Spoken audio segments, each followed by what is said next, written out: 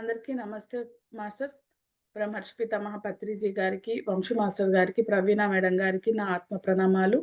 ఆశ్రమ సదస్యులు, బుక్ రచయిత అయిన టార్కం గారికి నా ఆత్మ ప్రణామాలు. ఈ జ్ఞానాన్ని వినడానికి వచ్చిన మీ అందరికీ కూడా నా కృతజ్ఞతలు. ఈరోజు శిష్య పదం సెకండ్ వీడియో కంటిన్యూషన్ చేసుకోబోతున్నామండి. శిష్య పదం చాప్టరు కంటిన్యూషన్. బి శిష్యునిగా స్వీకరించబడిన కాలం. నిన్న వచ్చేసి మేడం ఏ అయితే శిక్షణ పొందే కాలం నిన్న చదువుకున్నాము. ఈరోజు బి శిష్యునిగా స్వీకరించబడిన కాలం. తర్వాత సి మాస్టర్ కు సన్నిహితంగా లేదా మాస్టర్ కుమారునిగా పరిగణించబడిన కాలం. దీనికి 2 ఉదాహరణలు ఉన్నాయి. క్రీస్తుతో ఉన్న సెయింట్ జాన్ బుద్ధితో ఉన్న ఆనందుడు. క్రీస్తుతో ఉన్న సెయింట్ జాన్ బుద్ధితో ఉన్న ఆనందుడు. ఆధ్యాత్మికంగా చెప్పాలంటే వీరిద్దరూ ఆ మహాత్ముల కుమారులు వంటి వారే అని అంటున్నారు. అంటే శిష్య పదం కదా, ఆయనకి కుమారులాగా అంతగా ఉన్నారు వాళ్ళు. డి వచ్చేసి చివరి 3 ఉపదేశాలు పొంది మాస్టర్ తో ఐక్యతతో ఉండే కాలం. ఓ, అంత దగ్గర అయిపోతారు అన్నమాట. అప్పుడు మాస్టర్ కు ప్రియమైన వారిగా చేరతారు. అప్పుడు మాస్టర్ కు ప్రియమైన వారిని చేరతారు. బైబిల్లో జాన్ ఈ స్థాయికి చేరిన వారే అని అంటున్నారు. అలా చేరిన మాస్టర్లు ఆయన ఒకరని ఎగ్జాంపుల్ చెప్తున్నారు. ఈ దశలన్నీ 2 విషయాలతో నడపబడతాయి. ఏ వచ్చేసి ప్రకంపన సారూప్యత, బి వచ్చేసి కర్మ. ఈ దశలన్నీ 2 విషయాలతో నడపబడతాయట. అంటే ఒక్కొక్క దశ మొత్తం ఇవన్నీ ఇవి రెండింటి ద్వారా ముందుకు జరుగుతుంటాయి ఈ దశలన్నీ. ఏంటి మొదటిదేమో ప్రకంపన సారూప్యత, రెండవదేమో కర్మ. అవన్నీ మనిషి సామూహిక చైతన్యంలో ఇమిడి ఉండటంతో ముడిపడి ఉంటాయి. సామూహిక చైతన్యంలో ఇమిడి ఉండటంతో ముడిపడి ఉంటాయి. మనం చేసే ప్రతి సరికానిది చైతన్యం దానిని నమోదు చేసినా చెయ్యకపోయినా ప్రకృతికి రుణమే అని అంటున్నారు. అంటే మనం ఏం చేసినా సరే చైతన్యము అంటే రికార్డు చేయకపోయినా ప్రకృతి మాత్రం రికార్డు చేస్తుంది. ఈ నమోదులన్నీ సుప్త చేతన మానసానికి చేరతాయి. అంటే అంతరంగంలో ఉన్న ఆ చైతన్యానికి చేరతాయి. శుద్ధ చేతన మానసం అంటే ఇంచుమించు ఆత్మలో ఉన్న డేటాకి చేరతాయి అని. అవన్నీ కలుసుకొని ఈ మూర్ఖుడు ఈ పనులన్నీ నిరంతరము చేస్తూ ఇతరులను ఉపయోగించుకుంటున్నాడు, మనం ఏం చెయ్యగలం అనుకుంటాయట. మళ్ళీ చదువు లైను. ఈ నమోదులన్నీ సుప్త చేతన మానసానికి చేరతాయి. అవన్నీ కలుసుకొని ఈ మూర్ఖుడు ఈ పనులన్నీ నిరంతరము చేస్తూ ఇతరులను ఉపయోగించుకుంటున్నాడు, మనం ఏం చెయ్యగలం అనుకుంటుంటాయంట. ఓకే ఓకే, ఆత్మ అనుకుంటుంటది. మీ జీవితంలోని అత్యంత విజయవంతమైన క్షణంలో సుప్తచేతన మానసం మీరు విఫలమై మిమ్మల్ని మీరే ఎదుర్కొనే ప్రవాహాన్ని పంపుతుంది. మీ జీవితంలోని అత్యంత విజయవంతమైన క్షణంలో సుప్తచేతన మానసం మీరు విఫలమై మిమ్మల్ని మీరే ఎదుర్కొనే ప్రవాహాన్ని పంపుతుందట. అంటే గతం నుంచి కొంత తీసి పంపిస్తూ ఉంటది, అంతే కదా. ఇప్పుడు శుద్ధ చేతనాత్మకమైన మనసు అంటే అది గతంది. ఆ గతం నుంచి ప్రస్తుత వాస్తవమేమో సక్సెస్ అయ్యింది, కానీ దాని నుంచి కొన్ని వేవ్స్ పంపిస్తూ ఉంటది. ఆ ఎఫెక్ట్ అనేది ఇక్కడ కనిపిస్తుంది మనకి. మీ జీవితంలోని అత్యంత విజయవంతమైన క్షణంలో ఈ విధంగా ఇందుకోసం సుప్తచేతన మానసం సృష్టించబడింది. ఒక ఎగ్జాంపుల్ చెప్తాను. ఈరోజు ఒక మేడం కాల్ చేసింది. కాల్ చేసి చాలా అనీజీగా అంటే తన మాటలెప్పుడు ఏదో పోగొట్టుకున్న దానిలాగా ఏదో అనిపిస్తూ ఉంటది. నాకు ఆ ఫీల్ వస్తుండేది. కానీ ఈరోజు తను చెప్తూ ఉంది. మేడం నాకు ఒక కలొచ్చింది.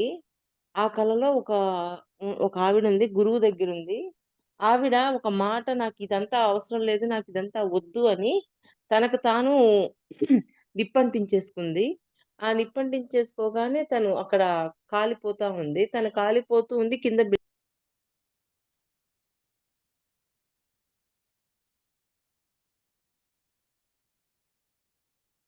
అక్క అన్మ్యూట్ చేసుకోండి. ఈ బిల్డింగ్‌లో పైనేమో వేరే కొంతమందుంటారనమాట. కింద బిల్డింగ్‌లో అమ్మాయి కాలిపోతూ ఉంది. ఆ అమ్మాయి కాలిపోతూ ఉన్న ఆ నిప్పు కణికలు పై బిల్డింగ్‌లోన కర్టెన్స్‌కి తగులుకుంటది.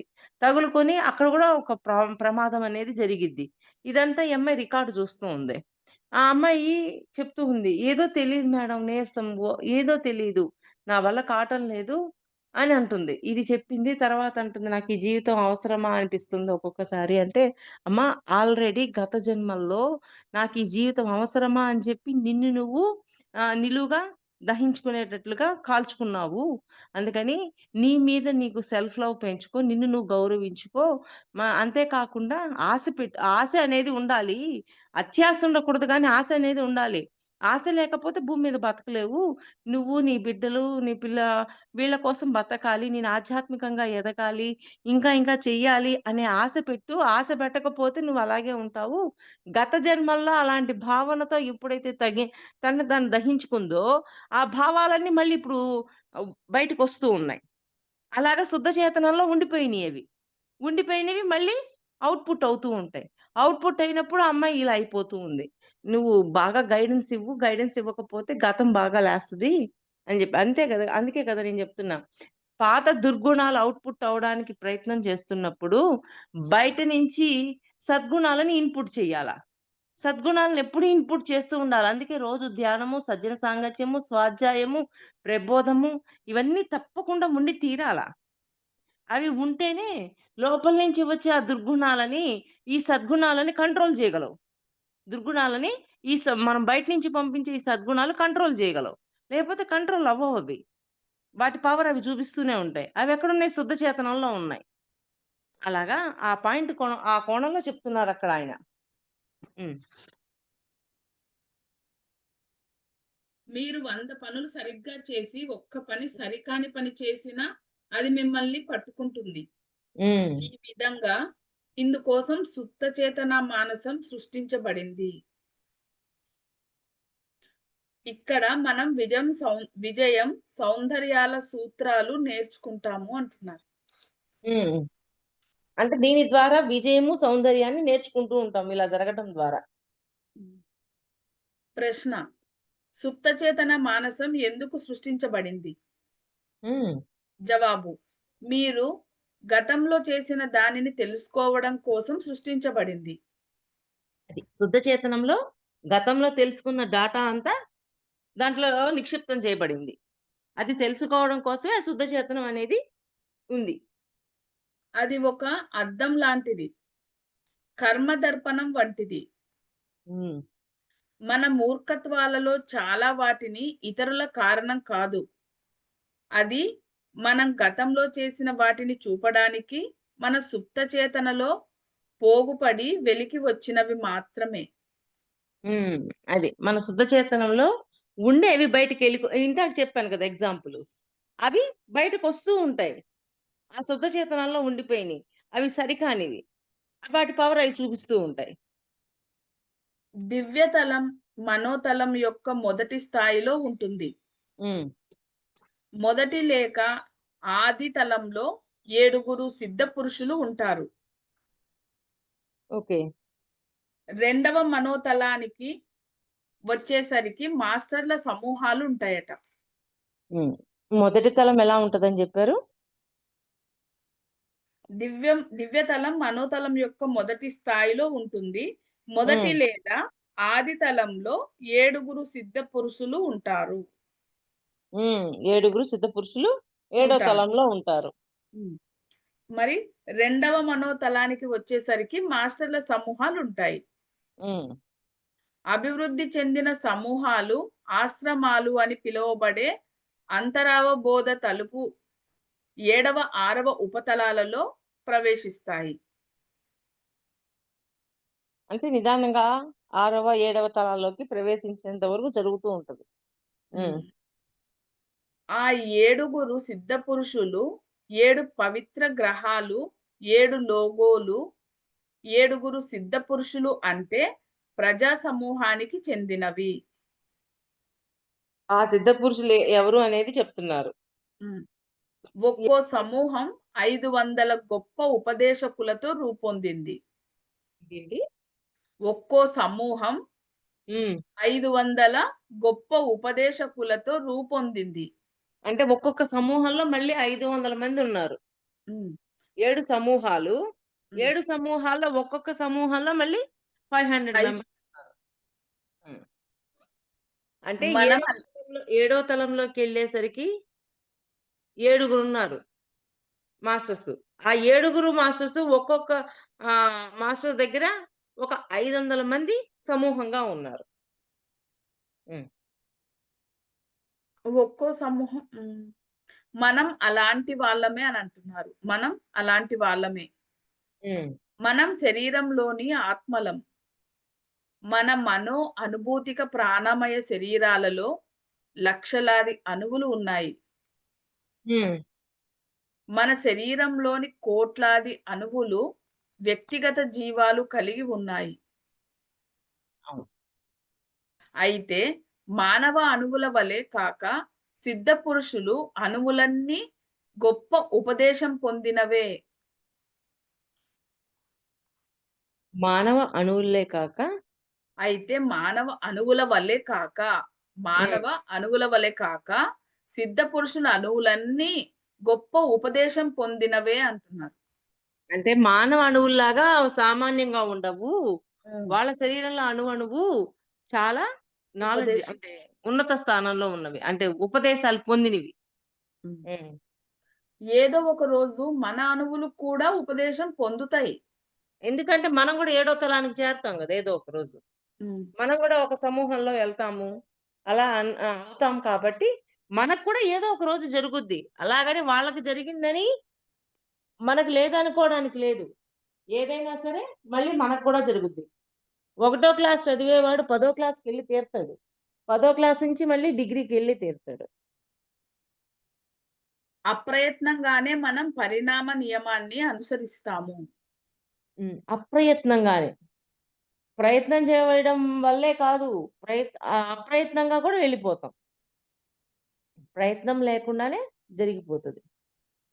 మనం అది లేదా దివ్యతలం ఆది లేదా మనం ఆది లేదా దివ్యతలం అని పిలిచే అత్యున్నత విశ్వ భౌతిక తలం, మనోతలం యొక్క 1, 2 స్థాయిలలో ఉండే మాస్టర్ల సమూహాలకు సంబంధించిన సమూహం. మళ్ళీ చెప్పమ్మా? మనం ఆది లేదా దివ్యతలం అని. హ్మ్. ఆది అంటే ఈడ అది అని ఇచ్చినారక్క. మనం అది లేదా దివ్యతలం అని పిలిచే అత్యున్నత విశ్వ భౌతిక తలం. అంటే ఆ దివ్య తలాన్నే విశ్వ భౌతిక తలం అని చెప్తున్నారాయన. ఆ! ఈడ హ్మ్. విశ్వ భౌతిక తలం, మనోతలం యొక్క 1, 2 స్థాయిలలో ఉండే మాస్టర్ల సమూహాలకు సంబంధించిన సమూహము అంటున్నారు. మళ్ళీ చదువు అది నాకు క్లారిటీ రాలా. ఆ! మనం ఆది లేదా దివ్యతలం అని పిలిచే అంటే దివ్యతలం అని పిలిచే అత్యున్నత విశ్వ భౌతిక తలం. హ్మ్. మనోతలం యొక్క 1, 2 స్థాయిలలో ఉండే మాస్టర్ల సమూహాలకు సంబంధించిన సమూహం. అంటే ఈ సమూహాన్నే విశ్వభౌతిక తలం అని కూడా అంటారక్క. అహా! కాదు. కాదు. ఇది మా మా మనసుకు సంబంధించిన తలంలో. మానసిక తలంలో 1, 2 తలాల్లోవి. విశ్వ భౌతిక తలం అనేది ఇంకా పైది గదా! మనం ఆది లేదా దివ్యతలం అని పిలిచే అత్యున్నత విశ్వభౌతిక తలం. హ్మ్. మనోతలం యొక్క 1, 2 స్థాయిలలో ఉండే మాస్టర్ల సమూహాలకు సంబంధించిన సమూహం. ప్రతి హ్మ్. తలము 7 ఉపతలాలుగా విభజించబడుతుంది. అంటే ఒక్కొక్క తలం 7 అన్నప్పుడు మళ్ళీ 7 తలాలు? ఇంకెన్నుంటాయి? హ్మ్. 49. హ్మ్. ప్రతి తలంలోని అత్యున్నత ఉపతలం అనుతలం. అంటే ఇప్పుడు మొదటి తలంలో 7 ఉన్నాయి. హ్మ్. 7 చివరి తలము అత్యున్నతమైనది. హ్మ్. మళ్ళీ రెండో తలంలోకెళ్ళాం. రెండో తలంలో మళ్ళీ 7 తలాలున్నాయి. దాంట్లో ఏడో తలం అనేది అత్యున్నతమైనది. అలా హ్మ్. ప్రతి దానిలో కూడా చివరి తలం అత్యున్నతమైనది అని చెప్తున్నారు. హ్మ్. ఇందాకేం చెప్పారు? ఏడో తలం అత్యున్నతమైనదని జెప్పారు. మరలా ఇక్కడేమని చెప్తున్నారు? ఈ 7 తలాల్లో ప్రతి ఒక్క తలంలో 7 తలాలున్నాయి. ఆ 7 తలాల్లో చివరి తలం అత్యున్నతమైనది. మరి ఇన్ని తలాలు చెప్తున్నారు. మనం ఇంకా ఎంత ప్రయాణం చేయాలో ఎంతుందో. దానికి ప్రయాణం చేయాల్సింది పోయినిచ్చి, వాడట్టన్నాడే, వీడిట్టన్నాడే ఈ పట్టుకొని పీక్కోవడంలో మనం ఎక్కడ ముందుకెళ్ళగలుగుతాం? అందుకే ఆ మూర్తిమత్వాన్ని వదలమంటారు. నేను, నాది అనేది వదిలితే ఆటోమేటిక్‌గా మన చైతన్యం ఎక్స్‌పాండ్ అవుతూ ఉంటది. హ్మ్. ఎంత నేర్చుకున్నా, ఏం చదువుకున్నా అప్పుడు మాత్రం ఆహా! ఇలా ఉండాలనిపిస్తదక్క. తర్వాత ఏదో ఒకటి మనల్ని దెప్పినప్పుడు లోపలుండేటివన్నీ లేసి నిల్చుంటాయి. అది అప్పుడు లేకుండా చూసుకోవడం మన పని. అసల అప్పుడు అలా అన్న తర్వాత అబ్బా! మళ్ళా ఎందుకిలా లేస్తున్నాయి ఇవి అని మళ్ళా పశ్చాత్తాపపడ్డాం. ఎందుకంటే ఇలా మనం ఎదగాలి అనే సంగతి మర్చిపోతాం గదా! ఇదే ఎక్కువైపోద్ది. ఆ!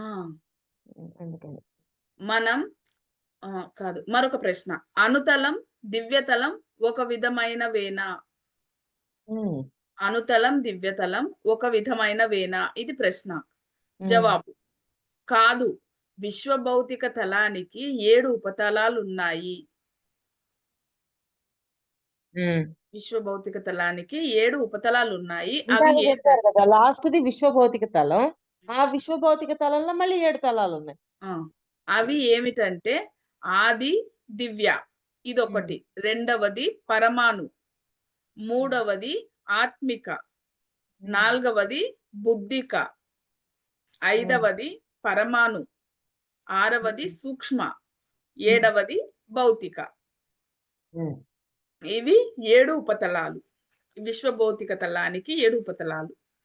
ఈ అంతే. ప్రతి ఉపతలానికి 7 ఉపతలాలుంటాయంటక్క మరి. మళ్ళీ దానికి మళ్ళీ 7 దా ఉప 7 ఉపతలాలు. 7 ఉపతలాలున్నాయి. లాస్ట్‌ది విశ్వభౌతిక తలం. దాంట్లో మళ్ళీ 7 తలాలున్నాయి. మళ్ళీ ఒక్కొక్క తలంలో మళ్ళీ ఇంక 7 తలాలున్నాయి. హ్మ్. హ్మ్. ప్రతి అన్ని సబ్ ఉపతలం హ్మ్. హ్మ్. సారీ అక్క. సారీ అక్క. చెప్పు. చెప్పు. ప్రతి ఉపతలం యొక్క ఉప ఉపతలం ఉపతలాన్ని అనుతలం అంటారట. హ్మ్. అంటే సింపుల్‌గా మనవడనుకోవచ్చు. మనవన్నే అనుతలం అంతే. ఆ! కొడుకు బిడ్డ. హ్మ్. మన భౌతిక శరీరంలో కాలుష్యం తొలగే కొద్దీ, భౌతిక తలంలో భౌతిక అణువుల ఉత్తీర్ణత పొంది, అనుభూతిక శరీరాన్ని నిర్మిస్తాయి. హ్మ్. అనుభూతిక శరీరం బడితే అది మనోశరీరంగాను, ఆపై అంతరావబోధ శరీరంగాను మార్పు చెందుతాయి. ఇది అనుభూతిక శరీరం స్వచ్ఛపరచబడితే హ్మ్. అది మనోశరీరంగాను, హ్మ్. ఆ పైన అంతరావబోధ శరీరంగాను మార్పు చెందుతాయి. హుహు. ఓకే. హ్మ్. మనం నిర్మించేదాకా మనకు ఉన్న శరీరాలు ఉండవు. మనం నిర్మించేదాకా మనకు ఉన్నత శరీరాలుండవు. హ్మ్. హ్మ్. ఉత్కృష్ట ఉత్కృష్టతలోని రహస్యం ఇదే. ఉత్కృష్టతలోని రహస్యం ఇదే. ఓకే. అంతకు ముందు ఉన్న తలం నుంచి అంతకు ముందు ఉన్న తలంలో నుంచి ఒక కొత్త తలం రావడానికి ఇది క్రమంగా నిరంతరం జరిగే విధానం. హ్మ్. క్రింది నుంచి పైకి నిదానంగా సంభవిస్తుంది. అది తప్పిపోయిన కొడుకు ఏడంచెలు దాటి తండ్రిని చేరడం వంటిది. ఏంది మధ్యలో చదువు? తప్పిపోయిన కొడుకు ఏడంచెలు దాటి తండ్రిని చేరడం వంటిది. అంటే విశ్వం దానికి అక్కడికి హ్మ్. చేరిపోయాడు. 7 శరీరాలు, ఆ ఏడంచెలు, 7 మెట్లు. హ్మ్. వాటితో పోల్చాడాయన. హ్మ్. అంటే తండ్రి, కొడుకు, మనవడు గదా! 3 హ్మ్. హ్మ్. వాటిని వీటితో పోల్చాడు. హ్మ్. మరొక ప్రశ్న. మనకు అనుభూతిక శరీరం లేకపోతే అనుభూతులు ఎలా ఉంటాయి? ఇది హ్మ్. ప్రశ్న. హ్మ్. జవాబు. ముందుగా మనకు అది ఉండదు. ఇప్పుడు మీరు అది నిర్మించుకుంటారు. మనం ముందు లెసన్‌లలో చదువుకోలేదా? 5 శరీరాలు 3, 3 ఒకటవుతాయని. అవునక్క. ఇప్పుడు అవును. మన జన్మల పరంపరలో ఒక్కొక్క శరీరాన్ని పెంచుకుంటూ ఉన్నాము. హ్మ్. భౌతిక శరీరమే ఉండేది. తర్వాత మనో శరీరం ఏర్పడింది. హ్మ్. తర్వాత అనుభూతిక శరీరం ఏర్పడింది. సూక్ష్మ శరీరం కామన్‌గా ఉంటది. హ్మ్. ఇలాగా మనము శరీరాల సంఖ్య పెంచుకుంటూ ఉన్నాం. అలా అనుభూతిక శరీరాన్ని కూడా మీరే ఏర్పరచుకున్నారని జెప్తున్నారాయన. అంటే అక్క నాకొక డౌటు. ఇప్పుడు శైశవాత్మ, బాల్యాత్మ అవి వాళ్ళున్నప్పుడు అప్పుడు వాళ్ళకి అనుభూతిక అంటే అలాంటి అవి శరీరాలు నిదానంగా ఉండవంటారా? జన్మల పరంపరలో పెరుగుతాయి. పెరుగుతాయంటారా? ఆ! ఓకే. హ్మ్. శైశవాత్మ, బాల్యాత్మ, యవ్వనాత్మ, ప్రౌఢాత్మ, వృద్ధాత్మ. ఆ! అలా అంటే జన్మల పరంపరలో మ ఫస్ట్‌లో ఉండదు. మనో ఆ! శరీరం ఉండదు. అనుభూతిక శరీరం ఉండదు. హ్మ్. భౌతిక శరీరం ఒకటే ఉంటది. ఆ హ్మ్. భౌతిక శరీరం నుంచి మానసిక శరీరము, అనుభూతిక శరీరం అనేవి మనం ఈ జన్మల పరంపరలో ఏర్పరచుకుంటాం. హ్మ్. మళ్ళీ తర్వాత ఆధ్యాత్మికంగా వచ్చి మళ్ళీ దివ్యత్వంలోకెళ్ళే కొద్దీ ఈ శరీరాలన్నీ కోల్పోయి ఆత్మ కూడా పోయి చైతన్యంగా మారిపోతాం. హ్మ్. ముందు చెప్పారు కదా! హ్మ్. అవునక్క. ఇంకొకసారి చదువుతాక. ముందుగా మనకు అది ఉండదు. అనుభూతిక. హ్మ్. ఇప్పుడు మీరు అది నిర్మించుకుంటారు. హ్మ్. అది ఇంకా సంపూర్ణం అవ్వలేదు. అది. మీకు ఒక భౌతిక శరీరం ఉంది. మీకు ఒక సంపూర్ణమైన అనుభూతిక శరీరం ఉంటే, ఇప్పుడు భౌతిక తలంలో నివసించినట్లే. అనుభూతిక అనుభూతిక శరీరంలో అంటే నివసిస్తా. హ్మ్. మానసిక శరీరం, అనుభూతిక శరీరం ఉంది అంటే ఇంకా మీరు భౌతికంలో ఉన్నట్టే. హ్మ్. మీరు ఆత్మగా మారాలంటే ఈ శరీరాలన్నీ పోతాయి. ఆత్మను కూడా దాటి మానవాత్మగా అయ్యి, మానవాత్మ చైతన్యంగా మారాల. అప్పుడు ఈ శరీరాలన్నీ ఎళ్ళిపోతాయి. హ్మ్. మరొక ప్రశ్న అక్క. మరణించేటప్పటికి అనుభూతిక శరీరం నిర్మించబడకపోతే ఎప్పటికి ఎప్ ఎక్కడికి వెళ్తాం? మళ్ళీ చూడు. మరణించేటప్పటికి హ్మ్. మరణించేటప్పటికి అనుభూతిక శరీరం నిర్మించబడకపోతే హ్మ్. ఎక్కడికెళ్తాం? హ్మ్. జవాబు. నిమ్న హ్మ్. సూక్ష్మ తలాలలో తేలియాడుతూ ఉంటాము అంటున్నారు. అండ్ ఇంకా నిమ్నం. ఇంకా కిందకెళ్ళిపోయుంటాం. మరొక ప్రశ్న అక్క. నిమ్న సూక్ష్మ తల హ్మ్. అంతే. మరొక ప్రశ్న. ప్రకంపన సారూప్యతలో శిష్యుడు వివిధ కిరణాలకు చెందిన మాస్టర్‌లతో అనుసంధానించబడతారు అంతే. అన్నప్పుడు ఒక ప్రత్యేక విషయాన్ని చదవడం ఈ విషయంతో వ్యవహరించే సమూహంతో వ్యవహరిస్తుందా? హ్మ్. జవాబు. అంతే అంటున్నారు. అంటే మళ్ళీ చదువది? ఆ! ప్రశ్న.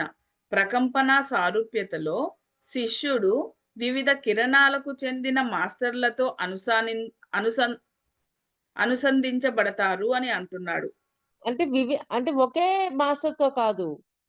వివిధ మా అంటే కొంతమంది మాస్టర్స్ తోటి ఆ! అనుసంధానమై ఉంటాడు. ఆ! ఒక అలా మాస్టర్‌తో అన్న మాత్రమే కాదు ఆ! అని. అలా అన్నప్పుడు ఒక ప్రత్యేక విషయాన్ని చదవడం, ఆ విషయంతో వ్యవహరించే సమూహంతో వ్యవహరిస్తుందా అంటున్నారు. ఇప్పుడు డ్రీమ్స్ నాలెడ్జ్ ఉంది. దీనికి సంబంధించి సమూహం ఒకటుంటది. హ్మ్. మనం బుక్ రీడ్ చేసుకుంటున్నాం. బుక్ రీడ్ చేసినప్పుడు దానికి తగ్గ జ్ఞానాన్ని అందించే సమూహం ఒకటుంటది. అట్లా హ్మ్. ఒక్కొక్క సమూహం ఉంటది. దానికి తగ్గట్టుగా ఆ సమూహంతో మనం కనెక్ట్ అయిపోతాం. హ్మ్. అది. జవాబేమంటున్నారంటే, అంతే. ఒక వ్యక్తి మొదటి కిరణపు భౌతిక శరీరం అంటే, ఆశ్రమం యొక్క మొదటి కిరణంతో అనుసంధించబడతాడు అని అంటున్నారు. హ్మ్. మిగిలిన ఆశ్రమాలు మిగిలిన ఆశ్రమాలు కూడా అక్కడే ఉంటాయి. హ్మ్. తరువాత అనుభూతిక కిరణం పెంపొంది, ఆశ్రమం రెండవ కిరణానికి స్పందిస్తూ ఉంటుంది. మళ్ళీ చదువు ఇక్కడ క్లారిటీ ఉంది. ఆ! హ్మ్. జవాబు మళ్ళీ చెబుతానక్క. ఒక వ్యక్తి మొదటి కిరణపు భౌతిక శరీరం అంటే ఆశ్రమం యొక్క మొదటి కిరణంతో అనుసంధించబడతాడట. అంటే ఫస్ట్ భౌతిక శరీరంతో ఉండి హ్మ్. దానితోటి కనెక్ట్ అయ్యి ఉంటాడు. ఆ! హ్మ్. తర్వాత మిగిలిన ఆశ్రమాలు కూడా అక్కడే ఉంటాయి. హ్మ్. అంటే మొదటిది ఎక్కడ ఉందో అక్కడే ఉంటాయి. ఎక్కడో ఉండవు. కానీ ఒకదానితోనే కనెక్ట్ అయ్యి ఉంటాం మనం. భౌతిక శరీరము మొదటి దాంతో కనెక్ట్ అయ్యి ఉంటాం. మిగిలినవన్నీ ఎక్కడో ఉంటాయి అనుకోవడానికి లేదు. అక్కడే ఉంటాయి. కానీ కనెక్షన్ ఉండదు. తరువాత అనుభూతిక కిరణం పెంపొంది ఆశ్రమం రెండవ కిరణానికి స్పందిస్తూ ఉంటుంది. అది. ఇప్పుడు ఒక్కొక్క శరీరం ఏర్పరచుకుంటుంటే ఒక్కొక్క దాంతో కనెక్ట్ అవుతున్నాం. రెండవ హ్మ్. ఆశ్రమ దానికి కనెక్ట్ అయ్యాం. భౌతిక శరీరం మాత్రమే ఉన్నప్పుడు మొదటి దానికి కనెక్ట్ అయ్యాం. అనుభూతిక శరీరం ఏర్పరచుకున్నప్పుడు రెండవ దానికి కనెక్ట్ అయ్యాం. అట్లా. తర్వాత ఆశ్రమపు మొదటి కిరణాన్ని వదులుతారు. అంటే రెండవ హ్మ్. కిరణానికెళ్ళినప్పుడు మొదటి కిరణాన్ని వదిలేసి రెండవ హ్మ్. కిరణానికొస్తారంట. అంటే ఆ నాలెడ్జ్ అయిపోయింది. రెండో కిరణం కాడికొచ్చాక అది ఉంటది. కానీ హ్మ్. దాంతో కనెక్షన్ ఉండదు. ఆల్రెడీ మనలో ఉంది గదా! హ్మ్. హ్మ్. ఇంక నేను ఇప్పుడు ఆశ్రమంలో ఉండను. ఒకటో క్లాస్ చదివేటప్పుడు రెండో క్లాస్‌కెళ్ళంగానే ఒకటో క్లాస్ యొక్క నాలెడ్జ్ లోపల ఉందనే గదా అర్థం. హ్మ్. రెండో క్లాస్‌కెళ్ళామని జెప్పి మొదటిది పోయిందనా? కాదు ఆ! గదా! లేదు. లేదు. ఒకటో క్లాస్ నాలెడ్జ్ అంతా ఉంటది గదా!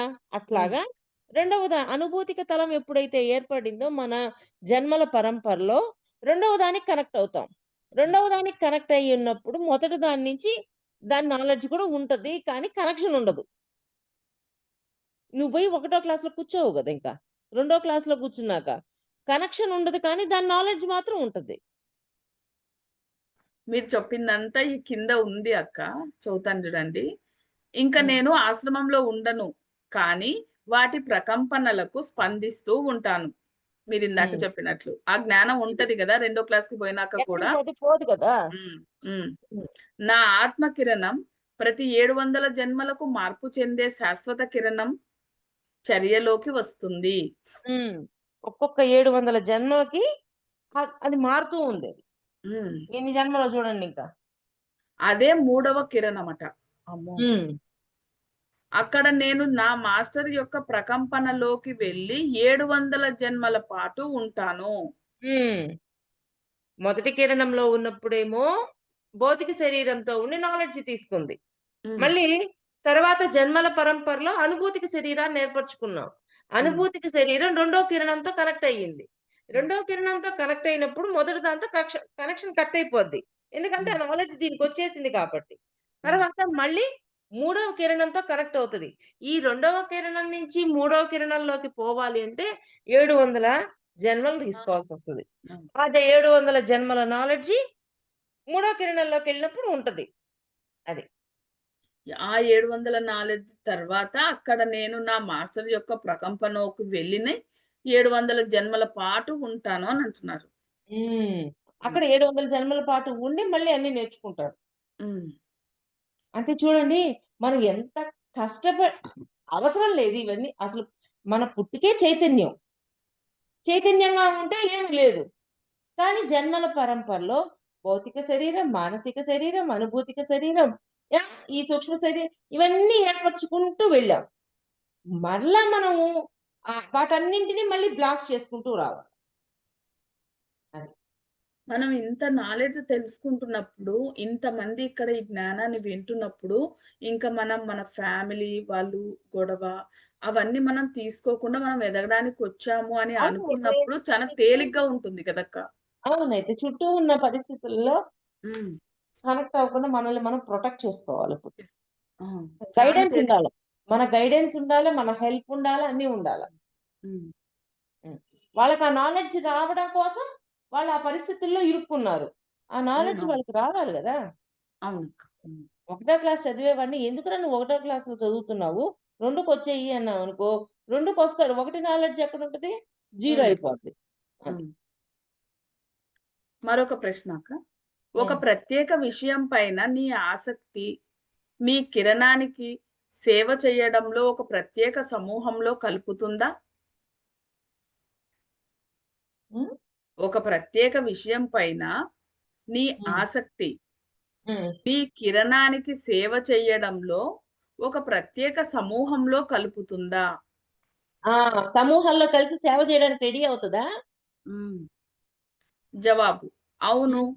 బహుశా మీ వ్యక్తిత్వంలో ఉన్న ఖాళీని పూడ్చడానికి మీ ఆత్మ మిమ్మల్ని అక్కడికి పంపుతూ ఉండవచ్చు. అంటే ఆ విషయంలో ఇంకా ఫుల్‌ఫిల్ కాల నాలెడ్జ్. హ్మ్. అందుకని అక్కడికి పంపిస్తది ఆత్మ. మీరు ఆశ్రమపు మొదటి కిరణంలో ఉంటే, ఆ మొదటి కిరణపు సుగుణాలు, దుర్గుణాలు పెంపొందు పెంపొందించుకుంటారు. హ్మ్. వారు మీ ఆ కిరణపు దుర్గుణాలు పెంపొందించుకుంటున్నారు అని భావిస్తే, మీలో సమతుల్యత సృష్టించడానికి మిమ్మల్ని రెండవ, మూడవ ఆశ్రమ కిరణాలకు పంపవచ్చు. హ్మ్. నెమ్మదిగా మీరు సమతుల్యతలో ఉన్నారని భావించినప్పుడు, వారు మిమ్మల్ని ఆశ్రమపు మొదటి కిరణానికి తిరిగి తెస్తారు. ఎందుకని? ఈ సమతుల్యత తెచ్చుకోవడం కోసం 2, 3 కిరణాలలోకెళ్ళాం. అంటే మొదటి క్లాస్‌లో సమతుల్యత రావాలి అన్నప్పుడు దుర్గుణాలు, సద్గుణాలున్నాయి. దుర్గుణాలే ఎక్కువుంటాయి. ఆ దుర్గుణాలు బ్యాలెన్స్ చెయ్యాలి అంటే అక్కడికెళ్ళి నాలెడ్జ్ తీసుకున్నప్పుడు మళ్ళీ భౌతిక శరీరంలోకొచ్చాం. భౌతిక శరీరంలోకొచ్చాక అవి బ్యాలెన్స్ చేయబడతాయి. ఇప్పుడు భౌతిక శరీరంలో ఉన్నప్పుడు దుర్గుణాలతో ఉన్నాము స్టార్టింగ్‌లో. ఓకే. తర్వాత మానసిక, అనుభూతిక శరీరాలనేవి ఏర్పడ్డాయి. ఈ 2 శరీరాలలోకి వెళ్ళిపోతూ ఉన్నాము. మళ్ళీ వెనక్కి వస్తూ ఉన్నాము. ఇక్కడ కూడా నేర్చుకున్న తర్వాత మళ్ళీ భౌతిక శరీరంలోకొచ్చినప్పుడు వాటిని బ్యాలెన్స్ చేయగలిగే శక్తి మనకొస్తది. హ్మ్. మీరు ఈ సమూహంలో అంటే ఇక్కడ యాదృ ఒక పాయింట్ గుర్తుపెట్టుకో. ఒకటో క్లాస్ చదివి 2, 3 క్లాసుల్లోకెళ్ళి ఎప్పుడన్నా ఎగ్జాము రాద్దాము అని చెప్పి ఫస్ట్ క్లాస్‌కొచ్చినప్పుడు వాడు తేలిగ్గా రాసేస్తాడు గదా! ఎందుకని వాడికొక బ్యాలెన్స్ వచ్చేసింది. వాడికన్నీ అర్థమైపోయినియి. అలాగా అప్పుడప్పుడు టెస్టింగ్ కోసం మళ్ళీ ఒకటికి పంపిస్తూ ఉంటారు. అలాగా ఒకటికొచ్చినప్పుడు వాళ్ళలో ఆ బ్యాలెన్స్ ఉంటది అని జెప్తున్నారు. పాయింట్ అర్థమైందా? అర్థమైంది. అర్థమైంది హ్మ్. మేడం. మీరు ఈ సమూహంలో యాదృచ్ఛికంగా ఉన్నారని అనుకోకండి. ఏదో ఒక రోజుకి మీరు ఇక్కడ ఒక ప్రణాళిక ప్రకారమే ఉన్నారని తెలుసుకుంటారు. అంటే ఫస్ట్‌లో అర్థం గాదు గదా! ఏందో యాదృచ్ఛికంగా వచ్చాము. ఇవన్నీ అనుకోకుండా జరుగుతున్నాయి. ఇవన్నీ అని అనుకుంటాం. అంత సీనేం లేదు. ఇవన్నీ ప్రణాళిక ప్రకారమే జరుగుతున్నాయి. మీరు క్లారిటీలో ఉండండి అని జెప్తున్నారు ముందే. అప్పుడు ఇక ఆటలు మాని బాధ్యతాయుత తత్వానికి మళ్ళుతారు. లేనట్లయితే మిమ్మల్ని మీరే వెధవల్ని చేసుకుంటారు.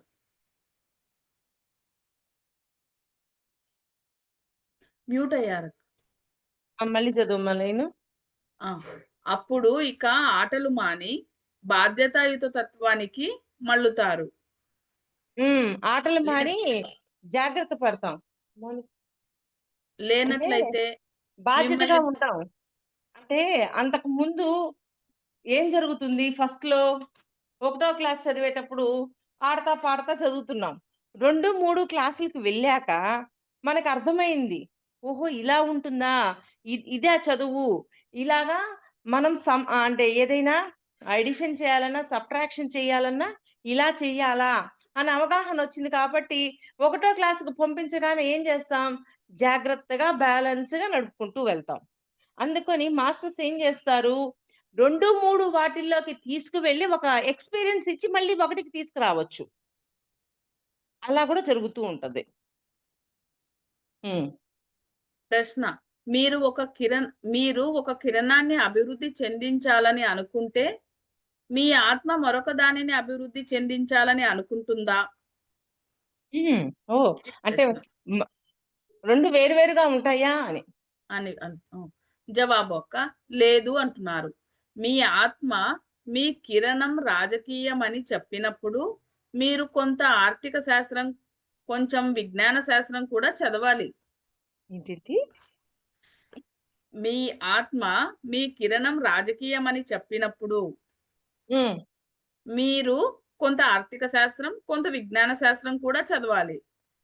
ఓకే. ప్రతి కిరణం గురించి నేర్చుకోవడం అవసరం. హ్మ్. మీరు మాస్టర్ మోరియా ఆశ్రమంలో ఉన్నారనుకోండి. అప్పుడు మీకు మొదటి కిరణం ఆత్మ తప్పనిసరిగా ఉండాలి. ఓకే. మళ్ళీ ఈ మా క్వెషన్ ఒకసారి చదువమ్మా మొత్తం హ్మ్. చదివాక. ఓకే. హ్మ్. ఇప్పుడు మొత్తం చదవమంటారా? అయిపోయిందా ఆన్సరు? ఇంకా ఉందక్క. ఇంకా 1 పేరా ఉంది చిన్నది. అదే మొత్తం చదివాక మళ్ళీ ఫస్ట్ నుంచి చదువు. సరే. అప్పుడు మీకు మొదటి కిరణం ఆత్మ తప్పనిసరిగా ఉండాలి. మాస్టర్ మీతో మిగిలిన ఆశ్రమాలకు కూడా వెళ్లి పాఠాలు నేర్చుకోమని 5000 సంవత్సరాల తర్వాత రమ్మని చెప్పవచ్చు. మాస్టర్లకు కాలమనేది విషయమే కాదు. మనం జీవితాన్ని 70, 80 సంవత్సరాలుగా భావిస్తాము. కానీ విశ్వంలో జరిగేదాన్ని చూస్తే 5,00,00,000 కాంతి సంవత్సరాల దూరం నుంచి చూస్తాము. మన నక్షత్ర మండల వ్యాసం అనేక కోట్ల కాంతి సంవత్సరాలు. ఇక మనిషి సంగతేమిటి? మనవి కేవలం పుట్టుక చావు. నక్షత్ర మండలాల చావు పుట్టుకలతో పోలిస్తే మనం మినుకుమంటూ ఉంటాము. హ్మ్. అయిపోయింది. హ్మ్. మరో చదువు ప్రశ్న. ఒక్కొక్కరు. ఆ! క్వెషన్ స్టార్టింగ్ నుంచి చదువు. హ్మ్. మీరు ఒక కిరణాన్ని అభివృద్ధి చెందించాలని అనుకుంటే, మీ హ్మ్. ఆత్మ మరొక దానిని అభివృద్ధి చెందించాలని అనుకుంటుందా? ఇది అంటే ప్రశ్న. మనమేమో ఒకటనుకున్నాము. ఆ! ఆత్మ ఏమో ఒకటనుకుంది. మనము 'థౌసండ్ సీడ్స్ ఆఫ్ జై' చదువుకునేటప్పుడు కర్ణుడు గురించి చదువుకున్నాం. కర్ణుడు ఏమనుకున్నాడు? ఇక్కడ దుర్యోధనుడు నాకు హెల్ప్ చేశాడు. అందుకని అక్కడ అధర్మం ఉన్నా సరే నేను అతనికి సహాయం చేయాలని కూర్చున్నాడు. ఆత్మ ఏమనుకుంది? నువ్వు అంటే ద్రౌపది వస్త్రాభరణం జరిగే టైంలో ద్రౌపదిని కాపాడడానికి ప్రయత్నం చేయాలి అని ఆత్మ అనుకుంది. మరి కర్ణుడేమనుకున్నాడు? దుర్యోధనుడికి వైపుండి ఆ పని చెయ్యాలి అనుకున్నాడు. ఆ అధర్మం జేయాలి అనుకున్నాడు. అలాగా మనం ఒకటనుకుంటాము. ఆత్మ ఇంకొకటనుకోవచ్చు. ఎలాగైనా జరగొచ్చు. అలా జరిగినప్పుడు ఏంటి అని. పాయింట్ అర్థమైందా మాధవి? అర్థమైందక్క. మనం ఒకటనుకుంటే, మీ ఆత్మ ఒకటనుకుంటుందా? అని క్వెషన్ హ్మ్. జెప్పినారు. హ్మ్. జవాబు.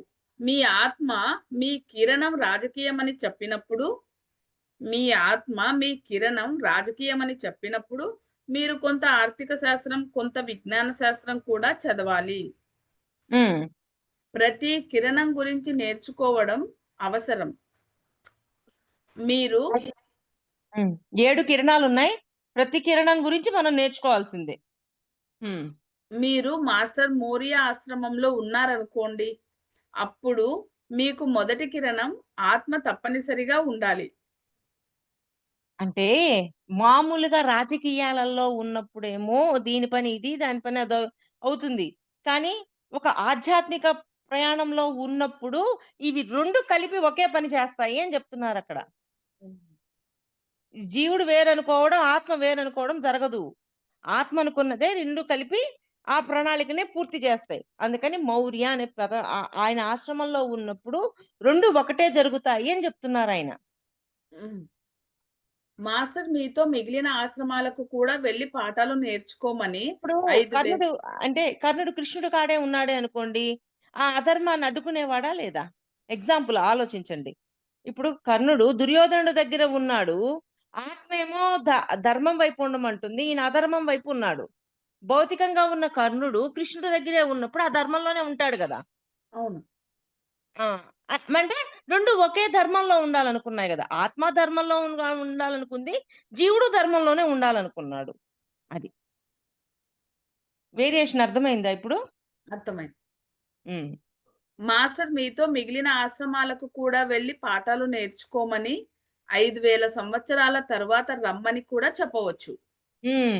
అంటే అక్కడ మౌర్య ఆయన ఆశ్రమంలోనే కాదు అన్ని ఆశ్రమాలకెళ్ళి నాలెడ్జ్ తీసుకోమని చెప్పొచ్చు ఆయన. హ్మ్. హ్మ్. మాస్టర్లకు కాలం అనేది విషయమే కాదు. హ్మ్. మనం జీవితాన్ని 70, 80 సంవత్సరాలుగా భావిస్తాము. కానీ విశ్వంలో జరిగేదాన్ని చూస్తే 5,00,00,000 కాంతి సంవత్సరాల దూరం నుంచి చూస్తాము. అంటే విశ్వంలో జరిగేదాన్ని 5,00,00,000 కాంతి కా సంవత్సరాల దూరంగా చూస్తున్నాం. అంటే ఇక్కడ ఒక జన్మ ఇంకొక బ్రహ్మలోకంలోకెళ్ళినప్పుడు మనం చెప్పుకున్నాం కదా! మొన్న ఒకసారి చెప్పాను నేను. ఒక్క సెకను బ్రహ్మలోకంలో బ్రహ్మలోకంలో ఒక పగలు, రాత్రి మన ఈ 1,00,000 జన్మల కాలమనమాట. అంటే హ్మ్. పైకి పోయే కొద్దీ కాలమానం మారిపోతూ ఉంటుంది. కొన్ని లోకాలలో ఇక్కడ ఒక ఆహ్, జన్మ, అక్కడ ఒక సెకను. అట్లా. ఇక మనిషి సంగతేమిటి అంటున్నారు. దాని పైలేం చదువు ఒక్కసారి మా? మన నక్షత్ర మండల్ ఒక్క నిమిషం అక్క. కానీ విశ్వంలో జరిగేదాన్ని చూస్తే 5,00,00,000 కాంతి సంవత్సరాలకు దూరం నుంచి చూస్తాము. మన ఒక నక్షత్ర మండల ఒక వ్యాసం నిమిషం. ఒక నిమిషం. ఒక ఒక మేడంకి ఆంజనేయ స్వామి కల్లో కనిపించారు. కనిపించినప్పుడు ఆయన్నడిగింది, "మీరు ఎంతసేపు ప్రయాణం చేసి ఇక్కడికొచ్చారు?" అనంగానే, "ఎన్నో గంటలు ప్రయాణం చేసి నేనొచ్చానని" జెప్పాడాయన. ఆయన చెప్పాడనమాట. నాకు ఇప్పుడు కాలం అనేది అర్థమవుతుంది. ఆయన అక్కడి నుంచి ప్రయాణం చేసి ఇక్కడ భూమి మీదకి రావాలి గదా! భూమి మీదకొచ్చి వీళ్ళని కలవాలి గదా! హాస్టల్‌గా. ఆయనకి అంత ప్రయాణం చేశాడంట ఆయన. ఆ మాట చెప్పాడాయన అమ్మాయికి. నాకిది చెప్తుంటే నాకది గుర్తొచ్చింది. హ్మ్. కానీ విశ్వంలో జరిగేదాన్ని చూస్తే 5,00,00,000 కాంతి సంవత్సరాల దూరం నుండి చూస్తాము. మన నక్షత్ర మండల వ్యాసం అనేక కోట్ల కాంతి సంవత్సరాలు. మరి చూడండి ఇదంతా చెప్పాకైనా సరే, కనీసం మనకి ఇంట్ల వాళ్ళన్నప్పుడైనా టేక్ ఇట్ ఈజీ జేయడం నేర్చుకోవాలి తెలుసా? వామ్మో! అవును. ఇంత ఎదగాలా? ఇంత ఎదగాల్సిన నేను ఈ చిన్నదాన్ని పట్టుకొని ఊగులాడుతున్నానా? ఈ చిన్నదాన్ని పట్టుకొని ఊగులాడుతూ నా ఎదుగుదలను నేను కోల్పోతున్నానా? అని మనకే అనిపించాల. అది అనిపించిన రోజు ఎదగడం పైనే పెడతాం గానీ, వీటన్నిటిని వదలడంలోనే ఉంటాం. అవునక్క. ఇక మనిషి సంగతేమిటి? మనవి కేవలం పుట్టుక, చావు. నక్షత్ర మండలాల చావు పుట్టుకలతో పోలిస్తే మనం మినుకుమంటూ ఉంటాము అంటున్నారు. అంటే నక్షత్ర మండలంలోనే నక్షత్రాలే మిణుకుమంటాయి. మళ్ళీ హ్మ్. నక్షత్రంలో ఉండే మిణుకు అంటే ఇంకెంత పరమాణువు అంతా మనం. పరమాణువు హ్మ్. కూడా ఏమో! ఇంకా దాంట్లో ఇంకా ఏమన్నా ఉందేమో! పరమాణువులో ఇసుక రేణువంత. ఇంకా ఇంకా మనం చెప్పలేము. అట్లాంటిది దీనికోసమే తన్నుకొని, దీనికోసమే తలకాల పోసుకొని, దీనికోసమే జీవితం. హ్మ్. ఓకే ఇది అక్క. అర్థం ఈ చేసుకో రోజుటితో కాలమానము, ఈ కాలాలు ఇవన్నీ అర్థం చేసుకున్నోళ్ళు వదిలేయాల. ప్రతి దాన్ని టేక్ ఇట్ ఈజీ చేయగలగాల. హ్మ్. Okay friends. ఈ రోజుటితో శిష్య పదం చాప్టర్ కంప్లీట్ అయింది. నెక్స్ట్ మరొక చాప్టర్‌తో కలుసుకుందాము. ఆ చాప్టర్ పేరేంది? నెక్స్ట్ చాప్టర్ శిక్షణ పదం. హ్మ్. Masters next chapter 9th chapter శిక్షణ పదం.